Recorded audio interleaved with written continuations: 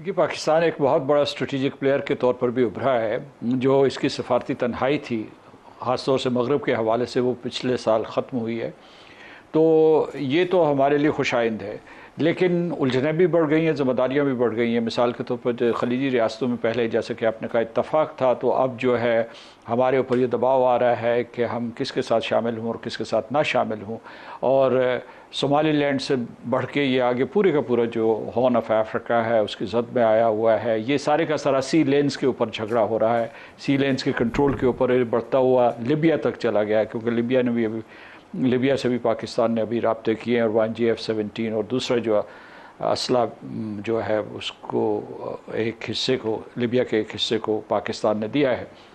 तो लेकिन एक चीज़ मैं कहना चाहता हूँ, coming back to the issue of Gaza, उसमें यह है कि पाकिस्तान ने ये वाज़े किया है जो इंटरनेशनल स्टेबलाइजेशन फोर्स है उसकी क़यादत जो है वो अमेरिका के एक जनरल जैस्पर जेफर्स कर रहे हैं। तो वो सारे के सारे सिक्योरिटी के फ़ैसले वो करेंगे और जो फ़लस्तीनी भी उसमें कोई किरदार अदा नहीं कर सकेंगे। तो लिहाजा मैं समझता हूँ कि पाकिस्तान ने ये कहा है कि हम किसी पीस इन्फोर्समेंट का हिस्सा नहीं बनेंगे, हम पीस कीपिंग के लिए वहाँ होंगे अगर हम शामिल हुए।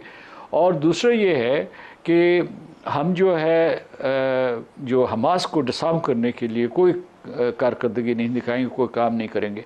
इसमें जो ख़बरें आ रही हैं वहाँ से कि हमास के और अमेरिका के पस पर्दा कुछ राब्ते हैं, और कम अज़ कम ये पता नहीं अब फेक न्यूज़ है या किसी तरीके से लीक करके फैलाई जा रही है कि उनके दरमियान किसी किस्म की कोई मुफाहमत हो रही है।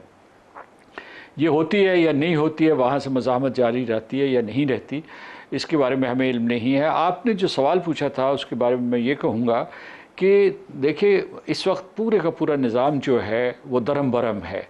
और जो कनाडा के प्राइम मिनिस्टर ने कल ये कहा है कि it's not a transition, it's a rupture, जिसका मतलब है कि जो दूसरी जंग अज़ीम के बाद निज़ाम बना था वो टूट फूट रहा है और उसके खदोखाल भी वाज़े नहीं हो रहे।